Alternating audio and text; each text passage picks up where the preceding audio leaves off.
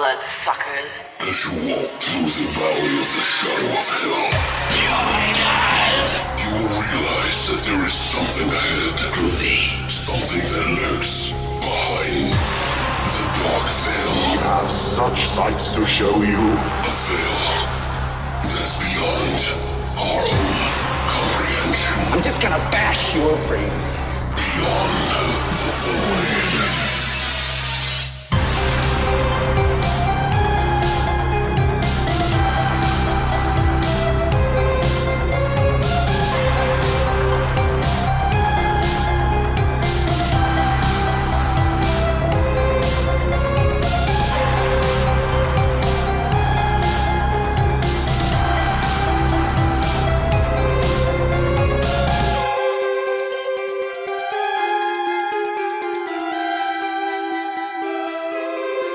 What's up, guys, and welcome back to Beyond the Void Horror Podcast. That's right, it's episode 186, and we're finishing off the Omen franchise. Holy fucking shit! Thank God. With Omen 4. The Awakening from 1991. Right, this time Satan's pissed. So this one's a bit different, and if you watch the third one, you're probably going, oh my God, how are they going to do that? Right. We'll get into that here in a little bit, but yeah, we're closing and putting a cap on this. We decided not to watch the TV show that was like completely different than this franchise because... Well, I rewatched about half of it. No. I'm talking about the original TV movie. Oh, you they said remade The Omen. I thought you and said it was like TV completely different. Yeah, it was. Okay. It was a mini series. Oh, when was that from? I don't know, like back in 96, I think. So it was after. Oh, okay. But yeah, guys, I'm glad this is coming to an end. This is an interesting franchise. We're gonna be doing a lot more after we talk about this episode, so make sure you check the timestamps if you don't want anything spoiled or anything like that, because we're also gonna put all the franchise in our favorites from the best to worst, and then we're also gonna talk about some of our favorite kills in each of the movies and put those in order of which movies had the best deaths, and yeah, wrap it all up with a nice, hey, we're never coming back here, bow. Woohoo, bye. Yeah, well, I mean, at least for an episode. I might watch it again, as a franchise, but we'll see. We'll find out. So how have you been, though? I'm fine. How are you? Good. I've seen you for months, and you won't leave me alone. No, we're stuck. I woke up, and you were in the bed next to me. How weird. What? When did that happen? Every night? But she's it's so fucking weird, guys. I don't know if you guys are a morning person or not, but whenever I wake Christina up in the middle of the night, for whatever reason, she's just like, oh, hello. How was everything? Everything is wonderful. You wake me up in the middle of the fucking night, I'll fucking sock you in the face. If the house is on fire, I probably wouldn't wake you up. Yeah, just let them burn. Yeah. Firefighters, ma'am, no, we don't want anybody to die. No, just let them burn. No, trust me, you don't want to. just leave them there. One of them just ignores you and drags me by a rope out the door, And then you hit him. And then he's like, yeah, you should have just let him die. Christina's like that little girl outside, smiling while the house is burning, which is very much like Omen 4. Yeah, I even said that while we were watching. Yeah, we were talking about that. I think I put it in my notes. I don't remember, but anyway, I think it might be that time. What time is it? HORRORSHOTS!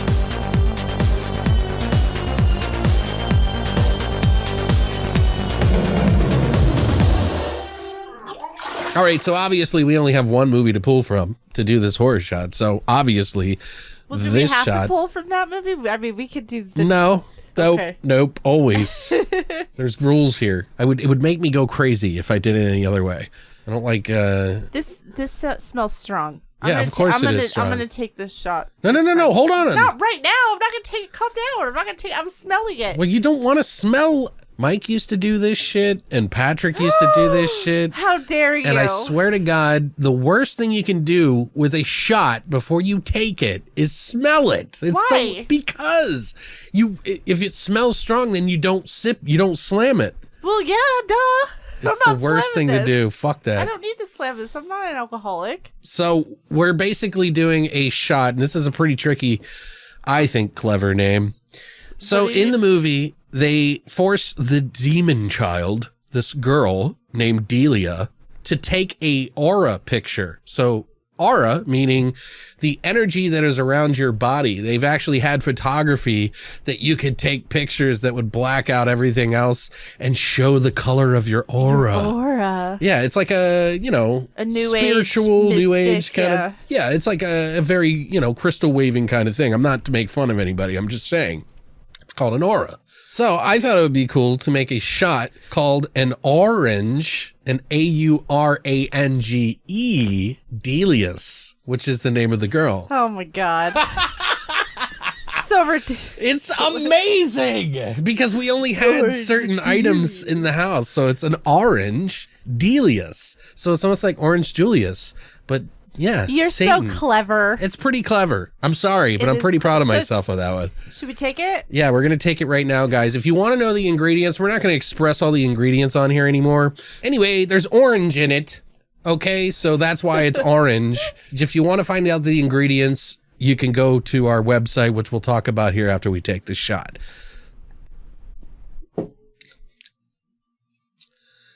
It's actually pretty good. Yeah, it is pretty good. Okay, that's good. Okay. Right? Yep. Oh, that's a good way to get the show going. You do realize when you take a shot, it's going to taste like alcohol, right? Shut up. I'm just saying. I'm not a drinker. You know that what was that movie we just watched? The Wrong Missy? Is that what it was called? Yeah, The Wrong Missy on Netflix. Yeah, and how they were talking about David Spade was like, yeah, I don't drink, and everyone always gives me shit, you know, and I'm like, that's what I feel like. Yeah, well, you're not a professional alcoholic. I mean, that's No, pretty I'm not. cool. Everyone who's an alcoholic is pretty cool. I'm just joking. Everyone, literally everyone. I'm sorry, I'm just kidding, kids. But anyway, if you guys would love to try an orange Delia's, all you gotta do is go to longlivethevoid.com and check out our hashtag horror shots section now. That's it for horror shots. All right, guys, so now we're gonna go ahead and jump into our flesh and potatoes and put a fucking end cap on this Omen franchise with Omen 4. The Awakening. Right now.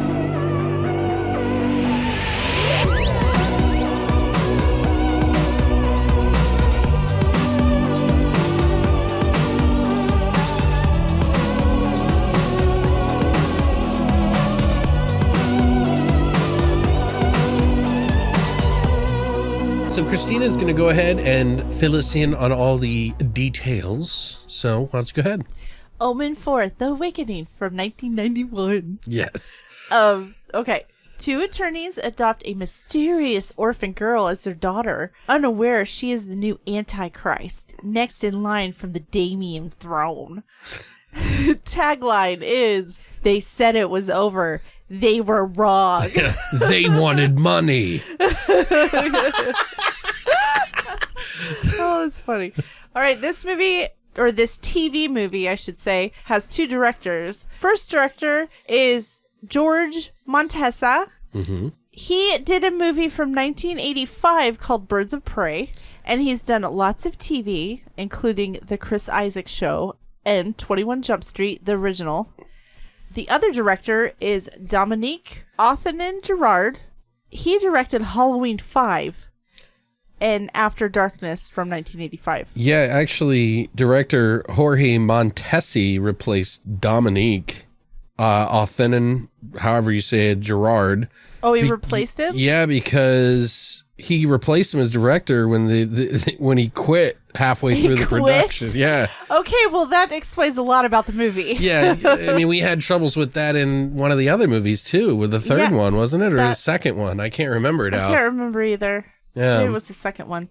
It was the second one for sure. Oh, okay. Because I remember Lance Henriksen was pissed off about it, remember? Because it was Hodges got replaced. That's right. All right, there's also two writers on this movie. Brian Taggett. He wrote Poltergeist 3. And he was the head writer on the series V. Remember that show? Right, which there's another person who's involved in V in this as well. Yes, there is. She was one of the main people in the show. Is. What a coincidence. Coinky. But anyway, the other writer, Harvey Bernard. Yeah, he helped write. Yeah, which he did Omen 2 and 3. We talked about him in the last episode. Right, he pretty much took it over, kind of like how Don Mancini did with Child's Play. Right. Like when the first Child's Play came out, he kind of took over. Yeah. That makes sense. It's also important to point out the music in this movie. It was mostly done by Jonathan Sheffer. And then, of course, they did have the classical Omen beats that were from Jerry Goldsmith. Right. Some of it was like kind of combined. Mm-hmm. Like he started it as it ended. Almost like he didn't want to touch his material, but they wanted it to be linked somehow. Yeah. He wanted like his own. But we'll talk about that more later. Sure. All right. This movie stars Asia Ferreira, who plays Delia, the child, the girl. Okay. She was in Goosebumps, Are You Afraid of the Dark, Tales from the Crypt Keeper. Yeah, the cartoon. Yeah, she did a voice in there. And she hasn't done anything since 2009. Mm-hmm. Faye Grant, who plays Karen York, the mom, who looks a lot like Catherine O'Hara.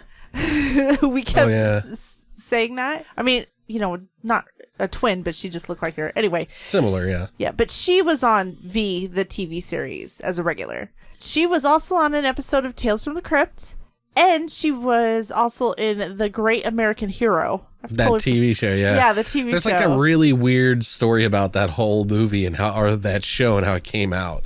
And like the lead actor in it, who's got like the curly blonde hair. Oh, uh-huh. There's like a weird story. I can't remember what it is. So if you guys know, let us know in the comments section. Michael Woods, who plays Gene York, the dad, he was in that Gotti movie with John Travolta. Oh, that I want to see. I haven't seen it yet. I recently watched the O.J. Simpson trial, and John Travolta was in that. But anyway. Well, yeah, John Travolta was also in that Fred Durst movie where he played the fanatic. Right. Or the fan or something like that. I think it was the fanatic. He's making some really weird. Yeah, and he was like, I'm Moose. Weird role, dude. Michael Woods was also in As the World Turns, and he was in an episode of Murder, She Wrote. So we always have to mention Murder, She Wrote. Yeah. Michael Lerner, who plays Earl, the private investigator, he was in Godzilla, the one from 1998. He was in The Mob Squad, and a movie I really hate. He was in Elf. You know that Elf movie? I hate that movie. Sure. So annoying. And he was also in Manic Cop 2. I don't hate it. It's just something other people grew up with that they liked. Yeah, I guess that makes sense. Whatever. Anyway, I couldn't find a budget on this movie because, it's a TV movie. Well, that doesn't mean anything. They probably just didn't announce it because it was paid for by the corporation or network. Yeah. Advertising. Yeah, I didn't want to do it. But anyway, so what did you think of The Omen for The Awakening, Alex? This is definitely the sillier of the batch, in my opinion. You know, like we talked about, they do borrow some of the music from the original movie, but the tone of the music in this one is just silly too. So also, it's got like this happier, silly kind of TV score. Like, you know, the music has been such a solid stone in this entire franchise. Like, even though parts 2 and 3 had good music, you just didn't hear it as much and it didn't impact you as much. But I've been listening to it like on my own because I've been playing Lucius 3 on Steam for the stream on Twitch or whatever. And dude, like the soundtrack for 2 and 3 is actually pretty good if you listen to it. So, but this one just kind of seems... It's pretty bad. Yeah, it just doesn't fit in some areas. Yeah. And some areas it really does with the death scenes or whatever. But the death scenes are also really silly too. So it's like kind of reminiscent of the original series or just some of the deaths in some of the other series to kind of make it feel familiar, I guess. But also not very bloody. Right. Obviously, after the end of the third film, the final conflict, we know what happened to Damien, so I won't spoil that. What do they have up their sleeves now? Well, they have a new daughter, or possibly granddaughter of Satan. So we think, this time named Delia, and the girl who plays her, I think, did a pretty good job. Right, I did too. It's kind of cheesy in a way, but she really committed to the role. She's a bitch. She makes you hate her, like you think of like snotty little kids. An 8-year-old cunt. Yeah. Wow. Hey, she said it, guys. I didn't. 8-year-old snotty cunt. Little devil bitch. But the acting is fine. It's nothing amazing. It's better than TV, I would assume. Just about that has that 90s feel to it a little bit, where they try to keep it like realistic, because 90s was all about that. Like they try to do realistic, but also kind of like lighthearted. It's weird. It's like a weird mix, like more common speak. Like people talk to each other differently in movies or TV shows than they did in like the 80s or 70s. Do you know what I mean? Right. It's not as proper. Yeah, no, that makes sense. And that's why they don't do live studio audiences anymore. Well, those are weird. We're the only country that did pretty much for our weird. TV shows. It does the job for the story, which the story has a twist to it, and that wasn't terrible. It was interesting enough, at least. And it does seem like they did a little research on how that twist could actually happen. So you have to give it a little credit there. Although there is a minor plot hole to that, and I'll explain that later in the spoiler section, so don't worry about that. Lots of just dying scenes with really zero blood, as I mentioned. There is one stabbing in it that is pretty bloody, but it's not all that. And obviously this is the weaker, more sillier deaths in the franchise. But keep in mind, this is a TV movie. So I think they got away with a lot more than they would normally. Yeah. And I think for a TV movie, it's actually not that bad for deaths. But TV movie, you know what I mean? For TV deaths. Yeah. Although I think they let the RoboCop one where they blow that guy up. Help me!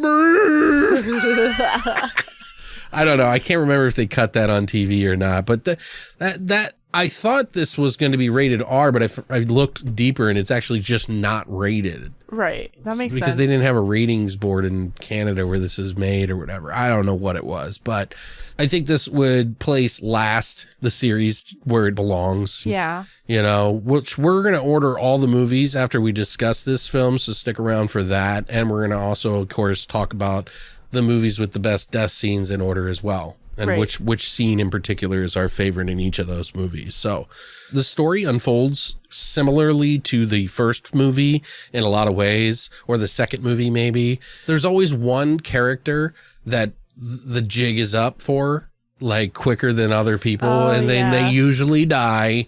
And then that proves to somebody else, because it's infectious when somebody else dies who tries to tell somebody else, and then they die. And it's like anybody that gets too close to Satan or unraveling the mystery is dead or will be dead. And that's pretty much the same here. I'm not going to try to spoil it for you, but it's pretty obvious stuff. So which is kind of too formulaic for me in this movie. I think by this time, after watching all 4 movies, even if the deaths were different, they essentially just changed the deaths and the characters' names almost, if that makes sense. Do you know what I mean? Yeah, that makes sense. It's not great, but I did like the little girl, and it's totally watchable. It's tolerable. She pissed me off, and that's something. Yeah. So, I mean, she felt like an evil one and how they would act. Yeah. I think this one feels way more like a 90s film. It's just cheaper and less classical and just about as good as the second one to me. But if I had to pick over the two, I would say number 2 is better than this one. Yeah. By half a point or a point. Right.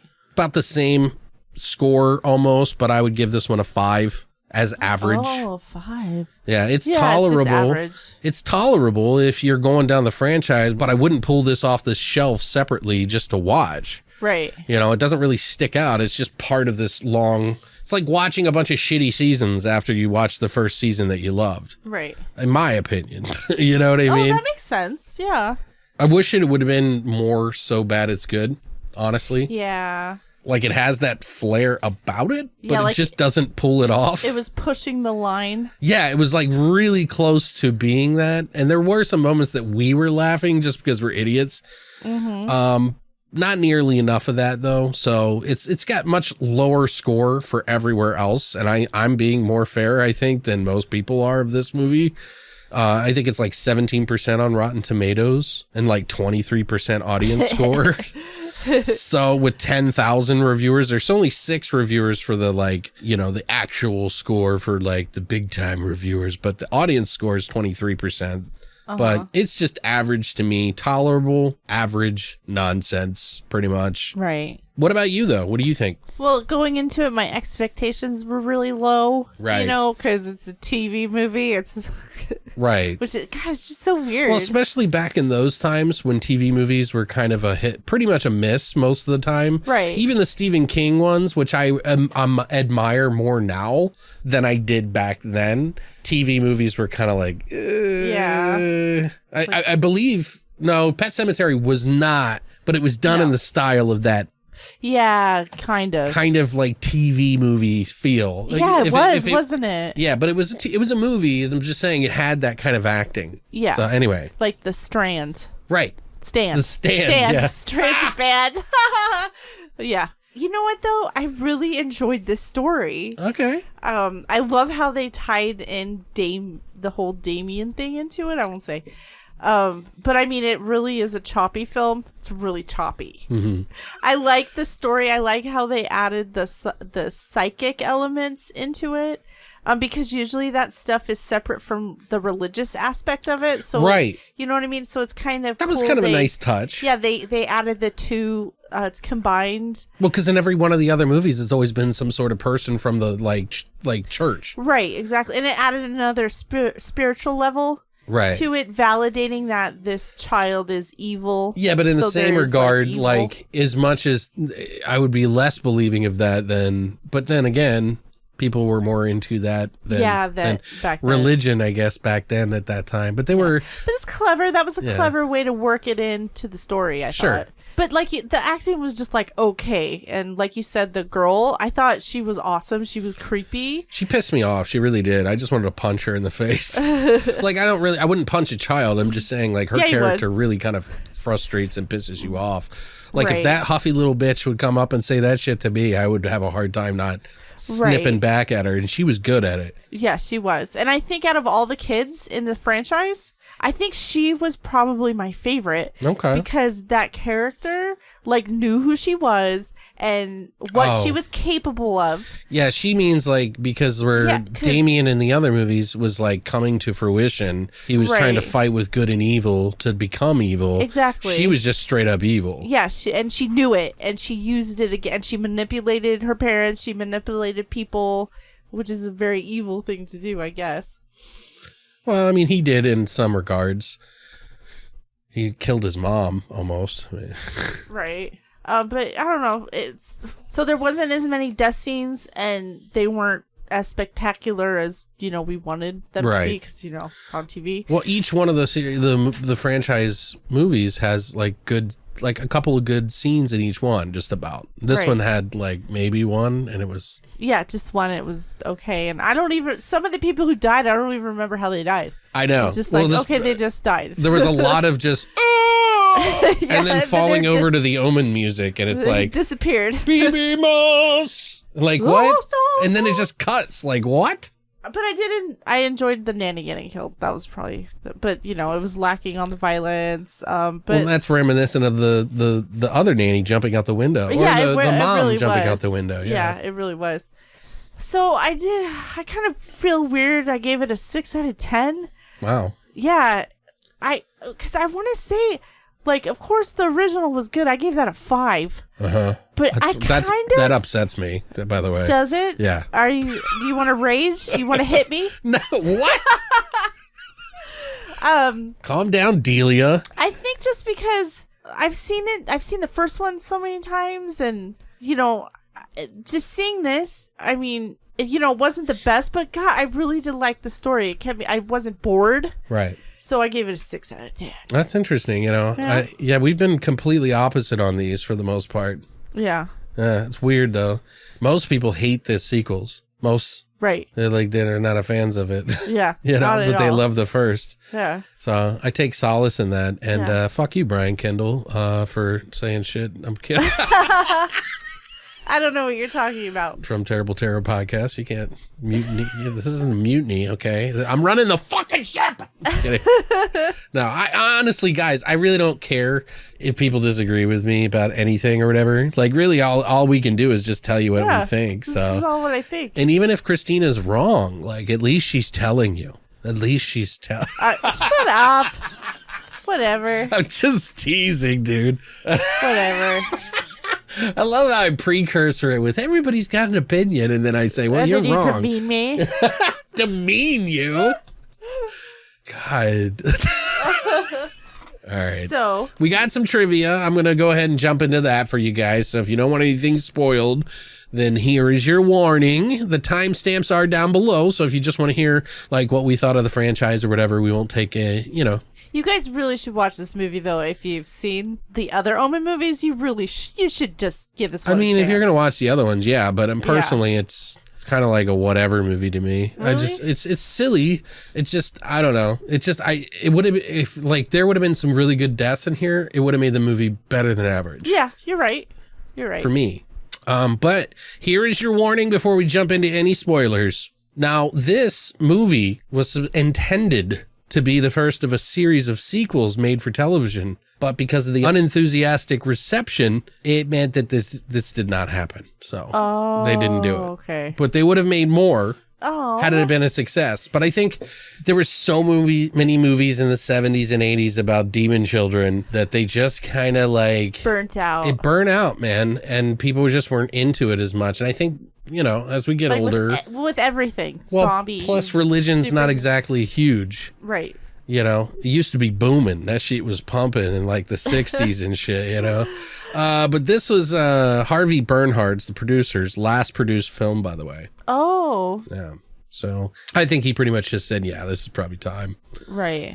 But he never produced anything else after it. I looked at just to double check, and it was it's true. Was it? Yeah. There's not much trivia, by the way, guys. So we're probably going to jump into our scenes and then do all the other stuff. But star Faye Grant would later become famous when she exposed her former husband, Stephen Collins, as a sex predator. Oh, scandal. Yes, she played tapes from their marriage counseling sessions where he admitted to exposing himself to children. Like, whoa. Holy crap, that's a lot. Yeah, like many called this movie, sending private and confidential tapes from her therapy session, vindictive and underhanded on her part. So there was a lot of people that didn't want to watch this anyway because they thought they were split. Oh, really? That's really because, weird. when you do a therapy session, you're not supposed to Yeah, expose. it's HIPAA. But you're also not supposed to expose yourself to children either. So. Yeah, exactly. I think there should be a line when it comes to children and killing people. Well, yeah, but they thought it was underhanded on her part. So other people applauded her bravery in alerting the public to a sexual predator. So, Right. Which, is probably in the end is probably a good thing. I mean, I don't care what side of the political spectrum you're on, but you're not going to want to put your children around someone that, is it's one. Exposing themselves. Yeah, flap. Ew, stop! So, really? You like Sound effect, balloons? stop. Okay.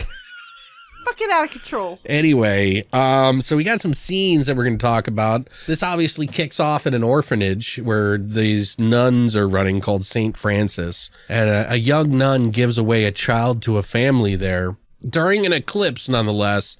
No, it was a spontaneous eclipse. They didn't even know Why it was happening? Yeah, oh, that's even more ridiculous. They just happened. Spontaneous eclipse. Don't you think it's weird? I mean, yeah, because we have these all in our fucking almanac. Yeah. You know what I mean? Like, they know when the fucking... When the planets align and block the sun and shit. They know. They have it down to a science. And then all of a sudden there's an eclipse. It's a spontaneous eclipse. It happens all the time. Anyway, it seems that the young nun knows something is up and that they should have killed this little baby girl that was born there. And it's interesting, though, that they picked a girl for this. I think just to kind of mix things up.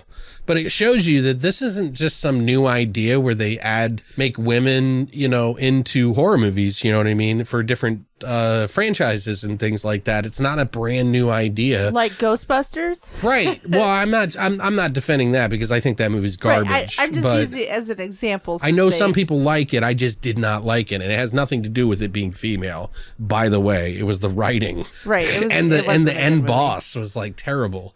But I'm just saying that like it's interesting now because so many people get triggered over stuff like this, and it's been happening since the 80s and 90s and all this other stuff. So I'm wondering if at the time a lot of people were like, "Fuck this! Damien is the son of Satan! It's the son of Satan, not this fucking bitch!" Like they're all pissed, like grabbing their genitalia, like, is it still there? Oh my God, I checked in the mirror. It's still there, John. Mine too, man. I don't know what's happening.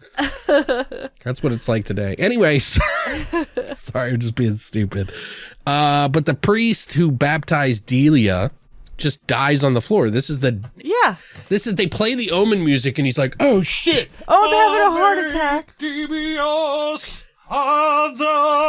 And he's like, ha, ha, ha, ha. And then she just cuts. So silly. It's stupid.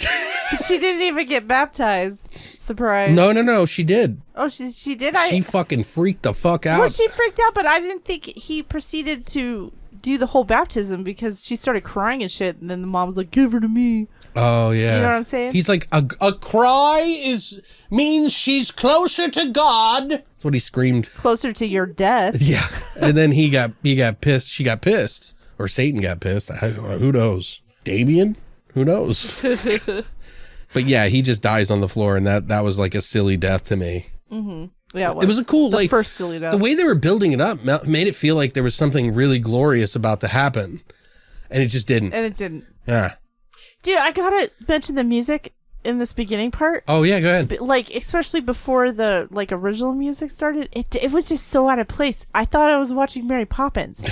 Like, it was all like, it is very happy and cheery. Yeah. And a lot of people said that was like in the final conflict, the third one. Yeah. Because the end song is so cheerful and light. Right. And it was. And there was a couple of moments in the film where it was lighthearted. Right. And people didn't like that. And this is just like half the movie is just lighthearted, silly. It was like the old Disney movies from like the 70s. Right. Like, that's what it reminded me of. Do you remember like when they were at the carnival or the fair and they had that weird silly music playing? Yeah. That's weird. like part of it too. Yeah. Right.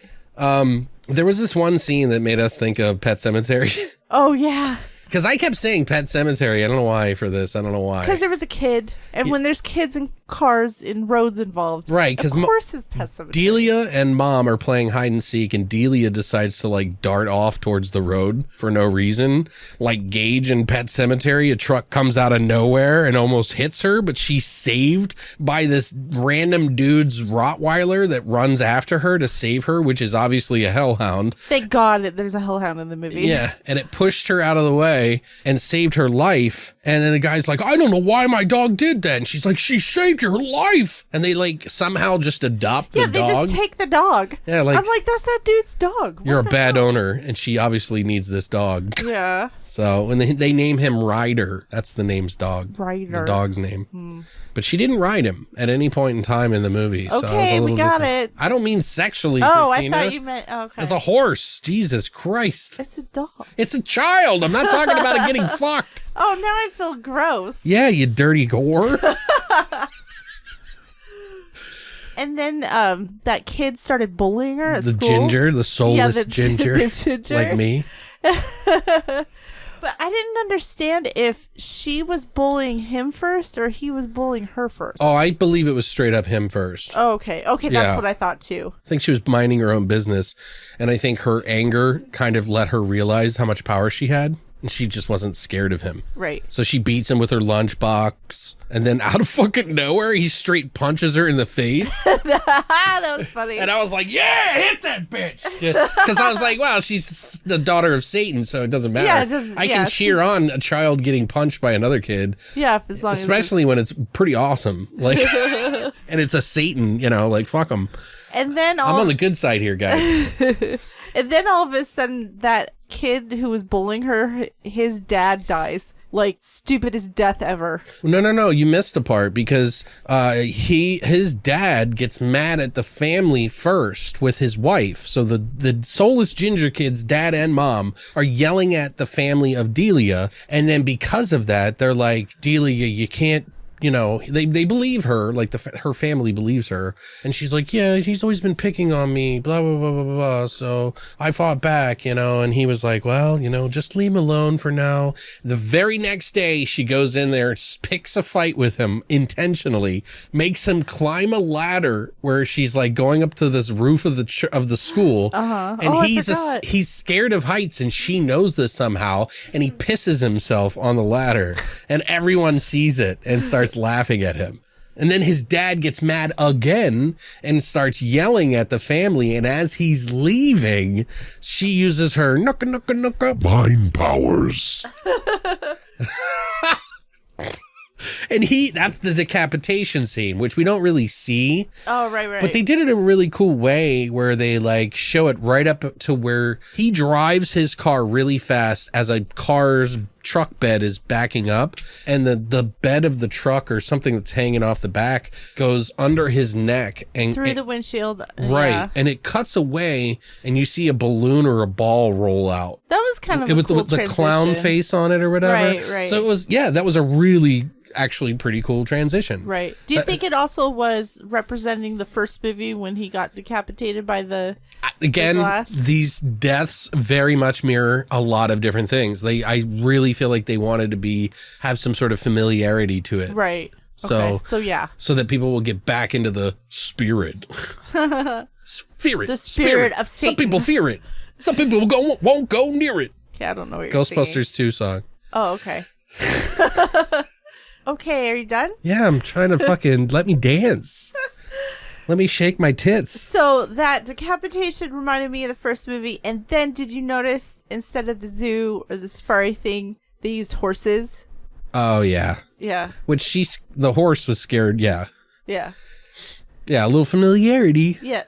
She gets bucked off the horse or whatever and falls on her face, which I was like, yeah! No, I'm just kidding.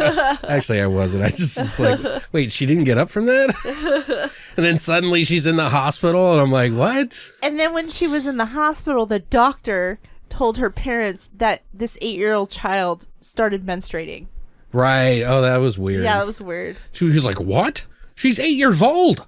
And he's like, it's not impossible. It's possible. Do you think this is the part where the doctor could have taken something out of her? Yes, I think it is. Because Okay. they did talk about this. Yeah. They did talk about the thing we'll get into a little bit more here, but there's this twin syndrome thing that Right, and this menstruating... I have a whole bunch of notes on. This menstruating part relates back to that. Now that we're sitting here talking about it, I'm realizing it. Yeah. So then the new nanny. Oh, yeah, the new nanny who's watching Delia doesn't like that she's into healing crystals. And she's like, look, do you think it's pretty? And she's like, fuck. She calls it stupid junk. I'm not into this stupid junk. I was like, you little bitch. It's weird, though, because like the crystal around her neck turns black, and then she goes upstairs to check all of her crystals in the drawer. She has like 50 of them or something, and they're all black. Well, you need different ones for all your chakras. Is that what it is? Yeah, that is what it is. Okay. I don't know. I guess it makes sense. There was this part where the nanny sees upside down cross on the mirror during her shower. It's like all these like little tiny things that they try to like breadcrumbs to lead you to the evil. Yeah. And so then the nanny tells the mom like, oh, I think there's something evil happening. There's something wrong. And she was like, because you saw an upside down cross. And that's what triggers her mom to start questioning everything, which I thought was really ridiculous. That was ridiculous. That was like so stupid. Like, I don't know why. But the nanny suggests that they all go to this healing psychic fair, which of course Delia trips out all the psychics while they're walking through, and a blind psychic is even like, what is that? I can sense her. Feel her. Yeah. Feel the evil darkness. I can feel her aura. Yeah. And this is the part where they do the picture, because they're trying to lure Delia into getting an aura photography to see what her aura looks like, because her friend stops by the house where Delia lives to say hello. And he's like, oh, I just sense a dark aura, like a red, rage-filled aura. And then they go to the fair, and she gets the photo, which she's begrudgingly gets, he's like, come, let's take a smile together. And then they take the picture, and then she basically catches the entire fucking fair on fire. The whole thing engulfs in flames. And this is where she looks back in admiration of what she did at the camera. And it's kind of like that fucking meme. Yeah. Where it's like, I guess they won't tell me, or, I guess they'll play tea time with me next time or whatever, as the little evil girl stares and the building's burning behind her. Did you remember that scene where Delia spits on the nanny's face? Oh, was this right before the death? Yes. Yes. She's like, what made you do that evil thing? And it was like burning her face. You can hear like, like the egg sound that's like cooking on the grill. Uh-huh. Like it's venom or something. Like Yeah. you spit venom on her. Well, they mentioned something about spitting and it burned or something like that on somebody else earlier. Oh, did they? I I don't remember where, but it was in there somewhere, I think. Oh. But the wind starts blowing, and then Ryder the Rottweiler breaks through the door, literally chewing a hole through the fucking door. And you see it bust through, and she's like, oh my God. And she was like trying to warn the mom outside the window that it was Delia. There was something wrong with Delia. Uh-huh. And then like the dog pushes her, and she falls out the window. She goes straight out the window. Onto a merry-go-round, like a shitty little fucking kid one, and dies on it. And that's the death that reminds us of the first movie when the nanny... No, not the nanny. The mom jumps out the window. Oh, the mom jumps because out the hospital nanny window. Okay. Well, she also hit the window. That's what I was thinking. Yeah, it's very similar in that sense. Similar. It's all similar. It's almost kind of like Kathy's Curse, too, where she like... That's right. Yeah, very similar. Yeah, it's similar. But also the mom faints outside when she sees this happen, and they take the mom to the hospital, which they find out she's pregnant. That is probably where he put it in her. Put it in her, yeah. Yeah. And then they talk about Revelation's 10 horns, 7 eyes is 10 nations and 7 leaders who usher in the beast, the apocalypse, because the mom goes and talks to another preacher or something, right? Uh-huh. I thought that was a really cool explanation and I did too. It was a good wrap up to how all this is occurring and how her husband was involved. Right. Like unwillingly involved. Right. Yeah. Like everything's kind of just moving into place. She's now full on like not trusting Delia because of the nanny death, right, and other things. But and she's like 9 months. Then she's like 9 months pregnant. No, time has passed. Right. During this whole thing. After. But the mom hires a private investigator to find out who Delia's family was, because they of course adopted her. And he does find out the family, but they're dead, and they're from like the 30s. They were, or something. She says. It was weird. And then they find out that the earlier nun, the young nun lady who handed over the baby to them, also became a hooker and then joined a church group because she was saved again. And now she like performs for this fucking like... But she thinks she's a prophet, so then all of a sudden she's a part of this cult. Well, it's not a cult. It's like one of those fucking... It's a cult. The snake. Yeah, the snake charming religions, and they use the snakes. There's just like different types. But she thinks she's a prophet, and when the PI shows her the photo as she's standing in a pit of snakes, because she's taking in everybody's like prayer requests. Yeah, prayer requests. And he shows her a picture of fucking the baby and her being handed over to the family, and she like starts getting bit by all the snakes. Yeah, the snakes just started attacking her. Yeah, and then he got bit too because he tries to grab the photo out of the pit. I think that's what it was. Something like that. But she dies at the hospital all fucked up. Yeah. But the private investigator gets her diary from her trailer, and there's like all these clippings and like news clippings, and he's like hunted by evil, like while he's on this trail of information, like literally by a group of carolers. That was so weird. It was really weird, but weird. Like who apparently don't mouth the words very well to the song they're singing. To their lip sync. Yeah, and I assume that this is because they decided to use like a different song in post. So they just kind of cut it shortcuts. Nobody will notice. Right. It's like a Christmas Carol song instead. And I guess they made that choice later on. I immediately noticed right away that one of the carolers had like green hair. And I was like, that ain't no church group. Right. I was like, at least not in the fucking early 90s, maybe? I don't know. Yeah, no way. And like, I was like, look, Christina, she's got like a shaved head on the side. Right. And like, she's got green hair. She's a punk. She's a punk kid. Yeah, she's got like one of those like goth punk haircuts. Yeah. You know what I mean? So I thought that was kind of suspect at first. And then sure enough, wouldn't you know it, the carolers are chasing him in his mind or something, and they pop up all fucking dead looking, like while he's running away from evil, looking like they need a shower, like a toothbrush probably, and some sleep. Like the dead kind of sleep. Like they just look like shit. Right. Like zombies. They look like zombies. Right. And that's when you see, like, you know, they use shots of this wrecking ball in the skyline on this crane, and it swings through a building and into him, and I thought that was really funny. It was. I thought it was weird. like that's one of the better kills in the movie, I think, too. Yeah? So, yeah, one of.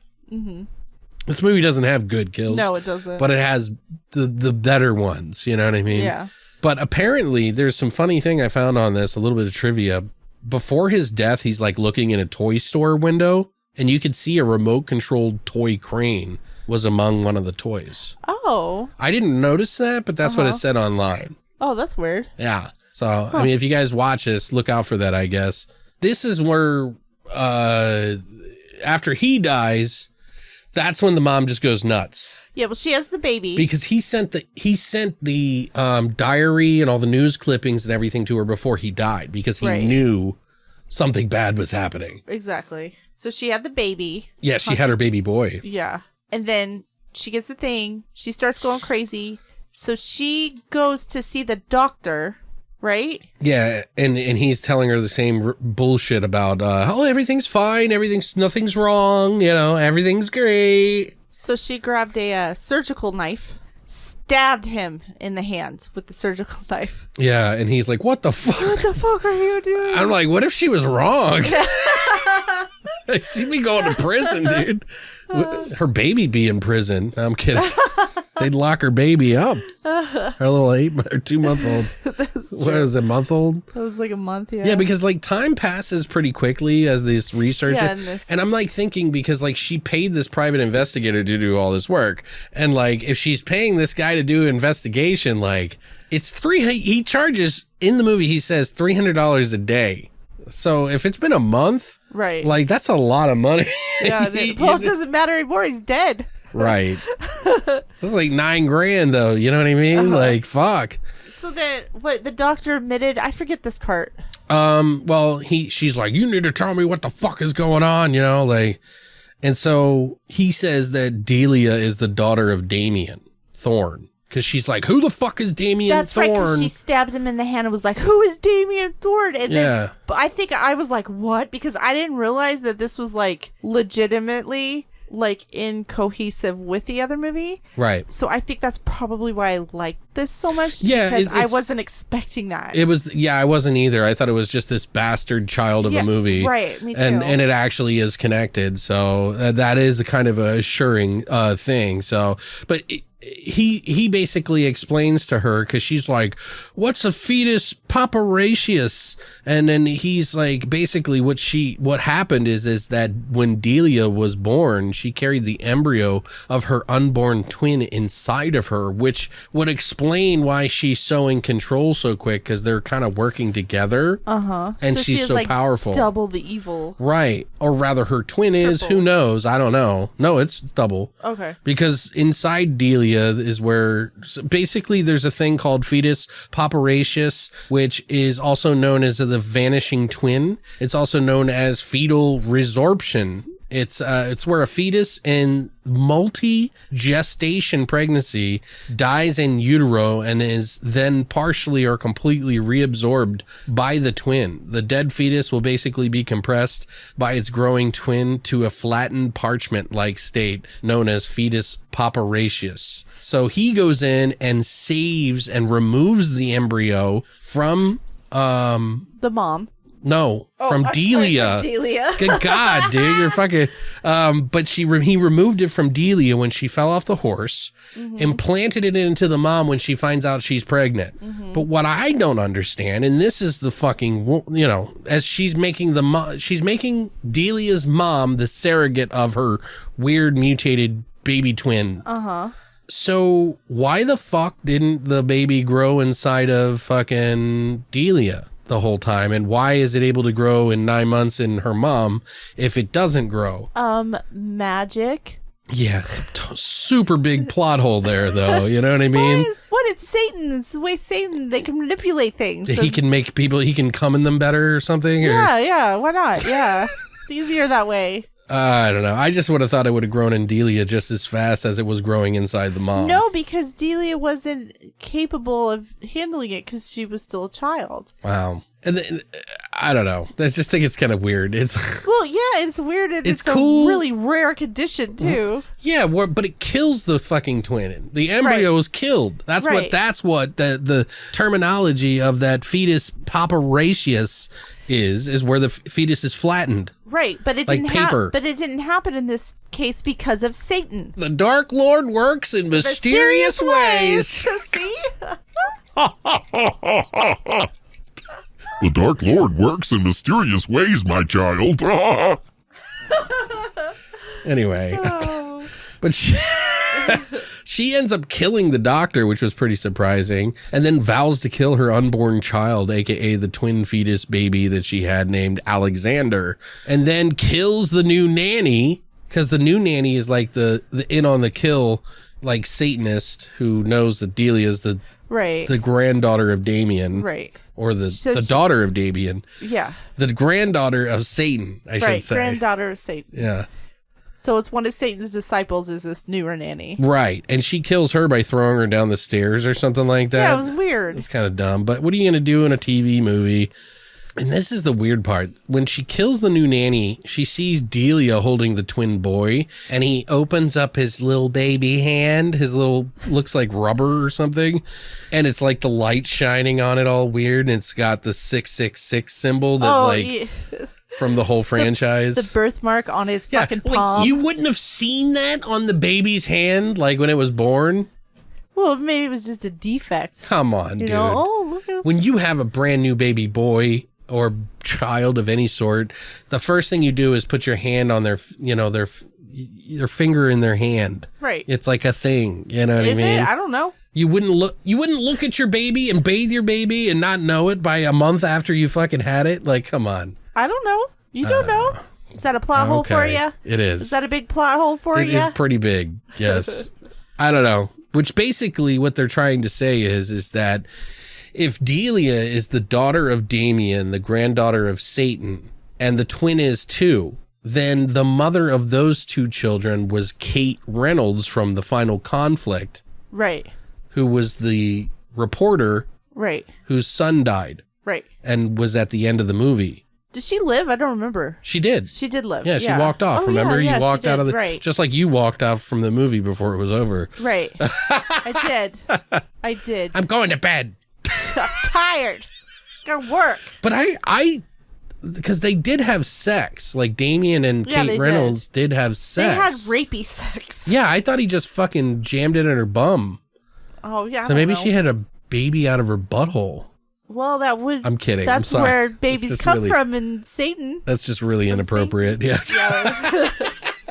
But I mean, no, like seriously, like I thought that he was jamming it in her butt, but I guess that was just us wishful thinking. I don't know for the character. So she had Delia. Yeah. Okay. Her child that she gave birth to was Delia. So what do you think she died? I bet you she died. Didn't they say she died? The mother died? I don't remember. When the PI was investigating? Yes, they said that they were dead later. They died from something later on. Okay. So, okay. Maybe they killed him. Yeah, they probably did. They just wanted the baby. Right. Because we got to get this revelation started. Yeah. Which none of these movies do a good job of painting the revelations like it's supposed to be. No. You know, like Ghostbusters did a better job of and that's just like... The seventh side. Dogs and cats living together, mass hysteria. Anyway, but she ends up shooting herself, the mom in this movie of Delia, the foster mom. She ends up shooting herself instead of Delia because she like points the gun at the baby. And then she's like, no. And then her arm goes up and you just see the outside of the window and just bang. And you just know. Yeah. Because like the next scene is like the dad and Delia and Alexander the baby just like sitting out there. And then they walk away from the grave. They were over her grave. Yeah, while the Omen music plays. Ave. Baby moss. I drink blood. That's what it translates to. I drink blood. I drink baby blood. It sounds so sweet when you say it. I drink baby blood. Anyway, so now's the time we're going to go ahead and do our order of best to worst movies. If you've been following along, you probably know mine and Christina's already, but Christina's may be more... Mine's weak. It's screwed up. It's probably very difficult for her version. It's very difficult for me. So why don't you start with yours? Your order. No. Okay, yeah, sure. Omen 1 obviously is the best one for me. I still agree with that 100%. Omen 3 I think is good because we got Sam Neill. Wasn't Sam Neill?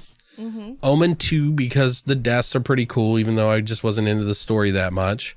And then Omen 4, The Awakening. So that's my order. So 1, 3, 2, 4. What about you? You didn't place the remake in there? Fuck the remake. I guess you're right. I would rather watch 4 than the remake. Right. I feel the same. So the remake would come last. Right. Now, okay, I know mine's weird. And I don't fucking care. The first one would be the first one because it's the first one. Okay. And then, actually, mine is just like you. 1, 3, 2, 4, and the remake. Huh. Yeah, mine's the same. Interesting. And if you boil down all of our scores, by the way, I gave this rating the whole franchise as a whole, one may be the strongest movie. I may hate the rest, but we're basing this off the franchise. So all of our scores, if you tally them up, is almost like a 6. It's like a 6 average. Yeah. Just shy, like a 6 average franchise. I would be willing to watch this again based on the fact that I like the original movie and the other ones are interesting to just kind of see where the story goes, but it never really goes where we wanted it to. Exactly. Yeah. Just so it's like The Purge. Yeah. Well, yeah, I mean, for a lot of people, you keep comparing it to The Purge. I don't know why, but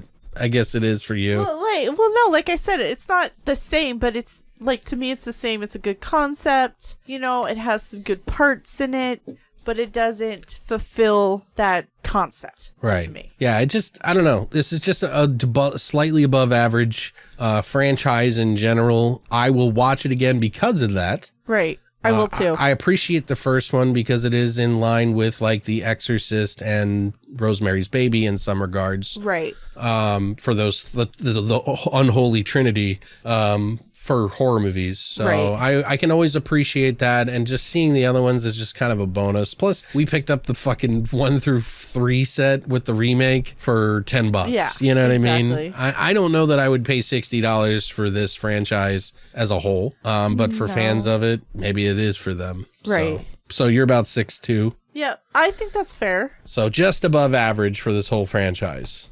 Christina liking 2 and 3, which blows my mind. Anyway, so now we're going to go over our order of best kills from each film. So we're going to say which film it was that we enjoyed the most from best to worst and what that kill was in the order that we liked them. So just one kill from each movie. Okay.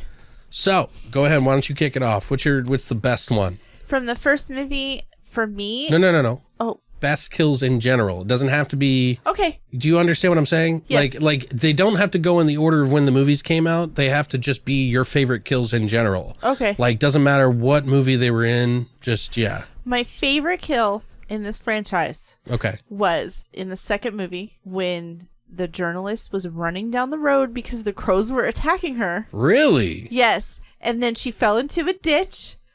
And you thought she was just going to get pecked to death by these crows, right? Really? But no, she didn't get pecked to death. Her eyes got pecked out, so she was running down the road with bleeding eyes. And then all of a sudden, this semi comes out of nowhere. Well, I guess kind of out of nowhere. And she got ran over. And she didn't just get run over. She flipped over the fucking truck, Alex. Right. She did a cartwheel. If she would have landed it, I probably would have picked that as my favorite too. 10. Yeah. If she would have landed it, I would have given her a 10. Yeah, just like people cheering, you know.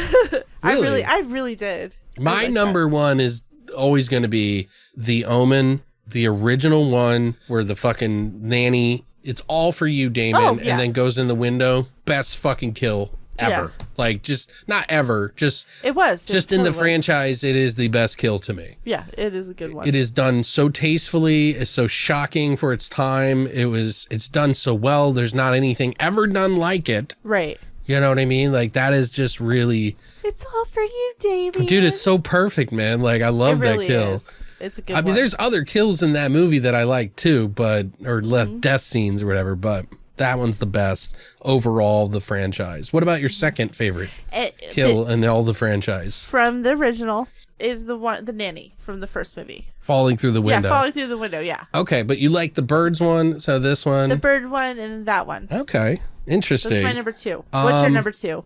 Mine is from Omen 3, where the ambassador rigs the door to shoot himself in the head. That's right. I forgot about that. I thought that was really... That was really clever. It's shocking and real. Uh-huh. I thought that was a really, really cool kill. I don't know. I just love that. Yeah. It's tough because there's some kills in this franchise that I like a lot of the kills in this franchise. It's just hard to pick because they're so close together. Yeah, they really are. What about your third one? What's your favorite third?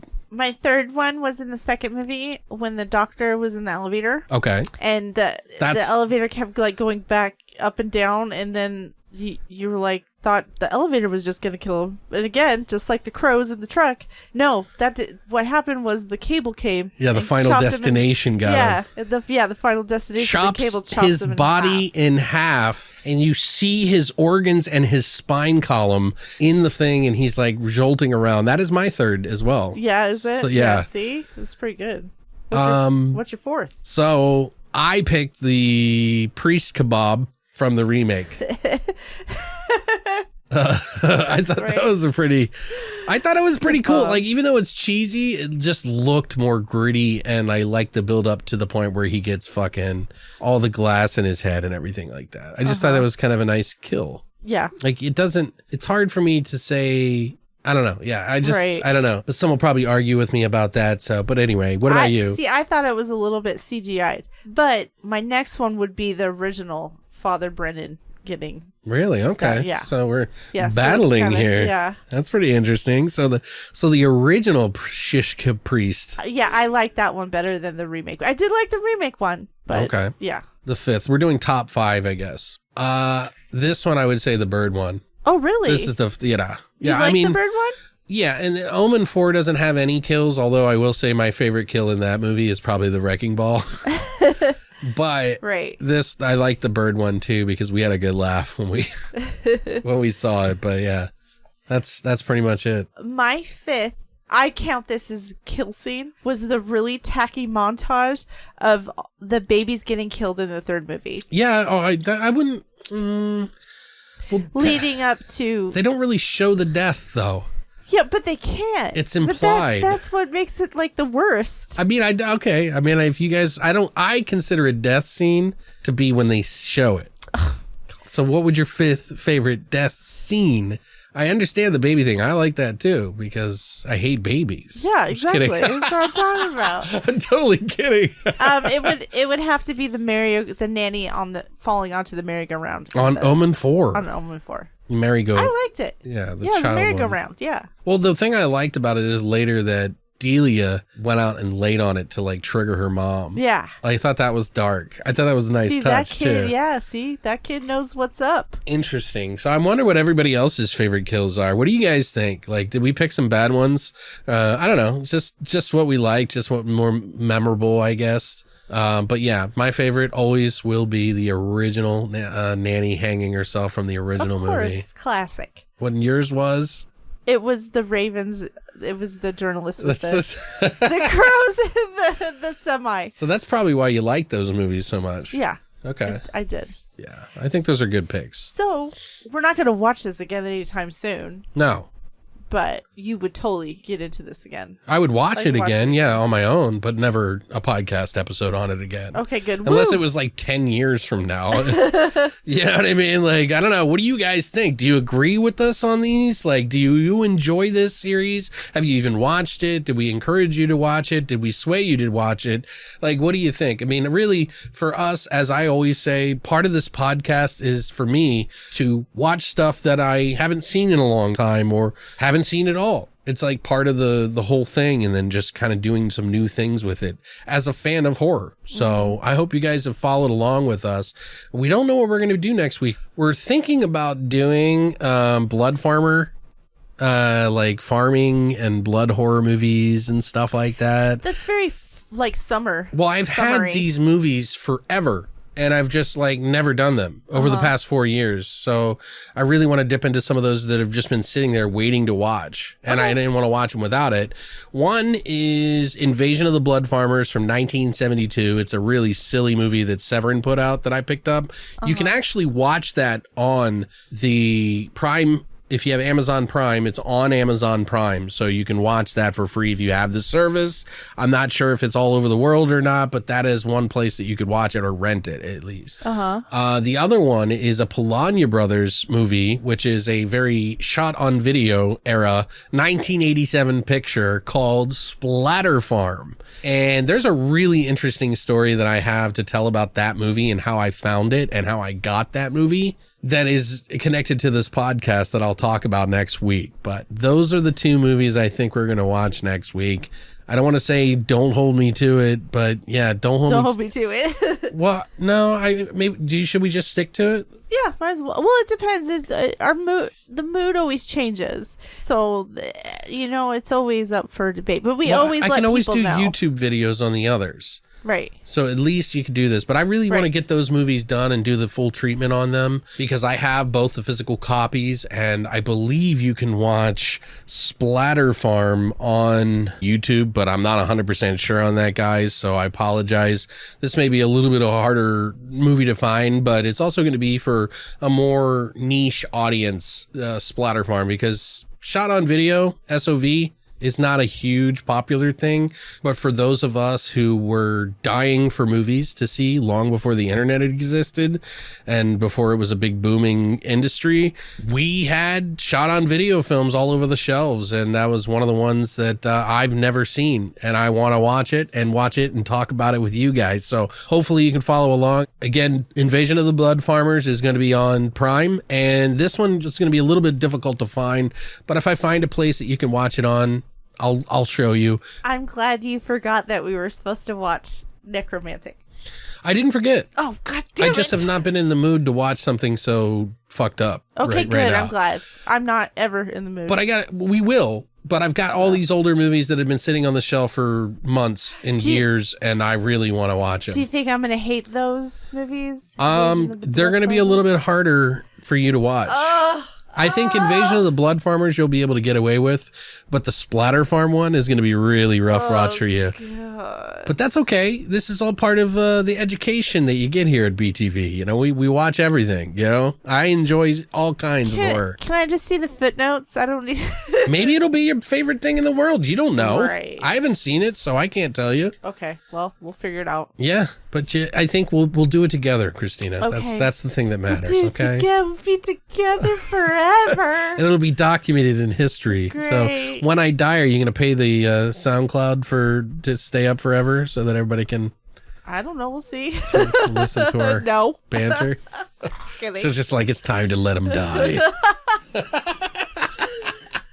Anyway, guys, thank you so much for coming by this week. Let us know what you think about this franchise in the comment section down below. What is another franchise that you'd want us to tackle? I would love to hear what you think on that. We do have the Beyond the Door franchise. There's 1 through 3 on that we could do. We have done Beyond the Door, the first one, but we could do those again.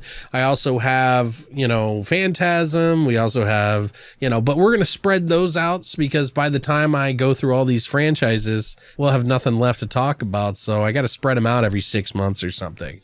You know, and just watch these other ones or whatever, and then we'll do them, you know, and we'll plan for it so everybody has an opportunity to do it. But let me know in the comment section down below. Thank you guys so much for stopping by, and as always, Long live the void.